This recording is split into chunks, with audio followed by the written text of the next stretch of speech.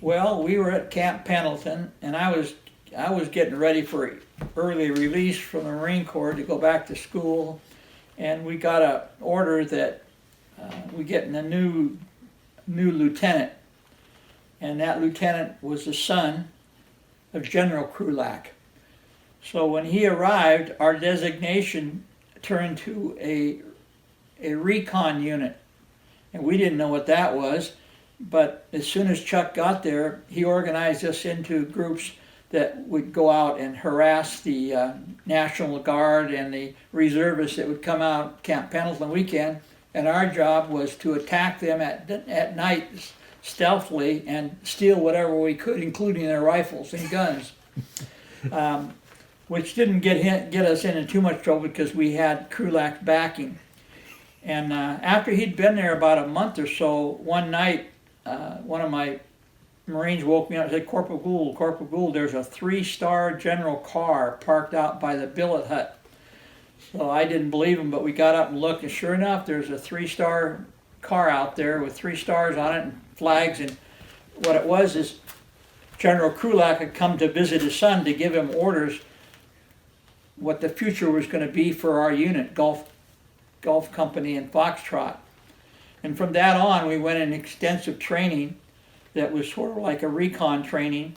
And then Chuck Krulak made his presence known, even though he had a commanding officer, but he kind of ran the show, getting us whipped into a kind of a combat unit, a lot far and above what was at Camp Pendleton. And I have to thank Chuck Krulak. He promoted me readily to gave me a promotion. I was a lance corporal. He made me a corporal right away and put me in charge of the platoon. So from there we went to Okinawa for 6 weeks, escape and evasion school and a demolition school and that. And they put all of us on this floating ship. They had, we had like, I guess it was 400, 500 guys on this one ship. We got to Okinawa, and then we had 2 weeks of training. And then from there, we were designated as a recon unit, and they put us into a vertical assault attack units, which were helicopters, the old Huey things you could knock out of the air with the .22 rifle if you knew where to shoot. But when we arrived in Vietnam, right away, on the way over, he asked for volunteers to go and live in the village with the Vietnamese people, and not to be part of his military group that were going to actually be platoons on the ground. So there was about a dozen of us that volunteered to go live in the Vietnamese village. And so when we got there, we were designated to a couple of villages, Tuy Loc, Loc Shun, and so 5 of us went one way and about 5 or 6 of us went another way. So we started living in the village with we got some more Marines sent there, and we were in the Krulak established the first CAC Combined Action Company, the first one in Vietnam. We were in CAC 1. And our job out there was basically is to protect the village against the infiltration of Viet Cong that would come into the city, into the village, and take the food and kill off the leaders, and then kidnap all the young boys and force them to become soldiers, and they take them up north. So our job there was a protective thing for the village, but also to gather intelligence on the movement of the Viet Cong. And we would make daily patrols in the village, and at night we would always go out and set up ambush because the Viet Cong were attempting to take over the villages. So that's basically what we did, and of course we didn't see too much of Krulak, but he was kind of the one that instigated that operation. And from then on we were just about a 12-man Marine Corps team living in the village and interacting with the villagers, and in course of that, we gained a lot of friendship because we had a corpsman assigned to us, and we would have daily medical checkups of the villagers and the children. And then we would also, there was a thing about the Vietnamese is when there's an orphan in the village, a child, he's taken care of better than actually family members that have children, because when he's an orphan, the rest of the village comes together and they make sure he gets clothes and he gets food and he gets taken care of. So we initiated a program with the school, the local schools. We'd go up 3 times a week and try to teach the Vietnamese kids basic language like, hey Joe, throw me some candy, this kind of stuff that they could use when the truck would roll by. They could yell at the soldiers, and but basically we formed a thing that once a day we would have a line where they'd have to go down and the corpsman would inspect them for wounds, and if they had wounds or anything on it, they'd give a bar of ivory soap, and they were to go down to the river and wash the area that the doctor was interested in. And what we found out was shortly that the kids were cutting the bars of soap down to like 1/4, and they'd keep the 1/4 piece and take the rest of it and sell it in the next village. So we finally didn't quit giving them whole bars of soap, and we would just give them little pieces of soap. But so they'd have to wash, and then they could come up, and we had a like a smorgasbord line of sea ration foods, which we all didn't think much of, but the kids loved it. And the thing that the miracle about the sea ration, they're so fortified with vitamins that these little kids that had open sores and cuts on their body, they healed within a week or so. They started healing up completely. And it was because of the sea ration fortified with vitamins that they were getting a diet they'd never had before. And so that was a big hit with the villagers, because a little kid would come in there and he'd have an open wound or a burn or something like that, and within a week or two, his parents would come up there with little gift baskets of flowers or something, thanking us for healing their children, because they didn't have any medical stuff at all in the village. So that was a very rewarding part of being in the village. When you get to know some of these Vietnamese people, and there's one gal there that there's pictures of in there in my folder.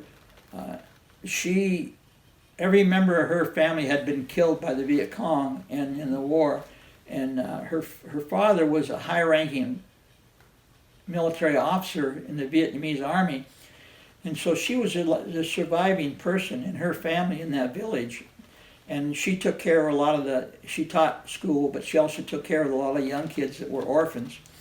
There were many people like that, and the history there in the village, when we got to good enough we could talk to the villagers. We had a guy named Kensel from Chicago, and he became amazingly fluent in Vietnamese in a very short time. But the villagers, what we talked to, I'm talking about rice paddy workers that would go out and work 6 and 10 hours a day in the rice paddies. They would tell stories about, when we asked them, number one question we'd ask them is, what do you think about the Americans being in your village? And they would right away say, oh, much better. He said when the French were in the village, they terrorized the people. Like if one of the French soldiers got shot, they would round up the village and put them in a square, and they would sexually humiliate the young girls in the village as a reprisal against a French soldier being killed in combat. So they thought we were much better than the French. And of course, what we did was we established about 3 or 4 little little shacks on the side of the road where they could sell their drinks, cold drinks, and they could sell some of the food that they cooked in that. And we provided them with the money to build these little shacks. So within a few months, the economy of that village skyrocketed, where a lot of the villagers were, for the first time in their life, besides being a rice paddy worker, they could find a way to make extra money off of us. We paid them to wash our clothes, and we paid them to give us haircuts, and we did a lot of stuff like that. So later on, when one of the commanding officers from squad based there, they were going to threaten to move us to another village and open up another village. And the leaders of the village went up and complained to the commanding officer that it was unfair to move us because we were helping the village so much. So then they had to recruit more people to CAC. because the villagers said they didn't want to lose us. So that was kind of a rewarding thing there. And the day-to-day village of those people basically were, like I say, were mostly rice paddy workers, and some had a little store, or they taught school, or they took care of the kids. We had one village nurse that probably wasn't ranked any higher than a first aid worker in our country, but that was the only thing they had. So we got medical supplies from our corpsman to work with her, and so we had one of our daily things with kids that had, or adults that had cuts and diseases and burns. That nurse would work, and then the corpsman was actually elevating her education.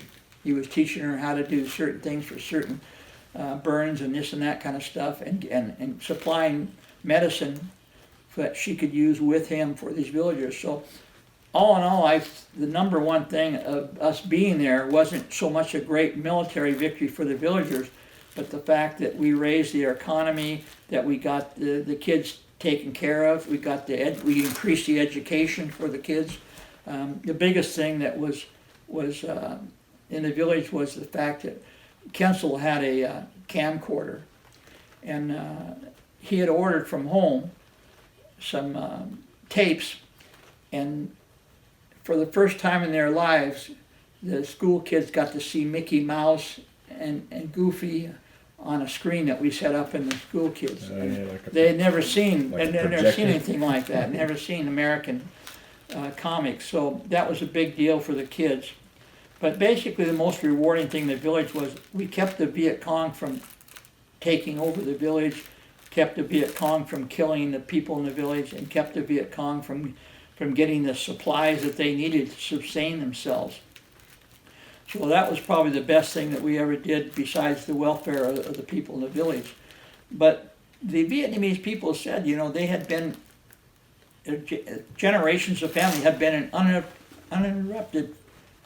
uninterrupted warfare for 90 years in that area.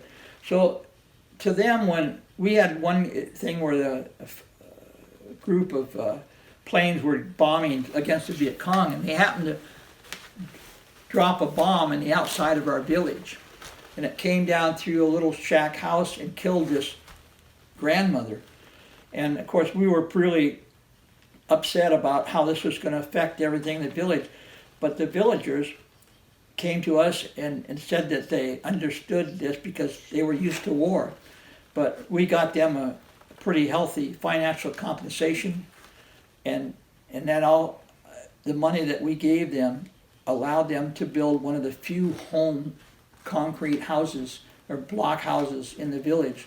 But these people, they were used to on a daily occurrence of death.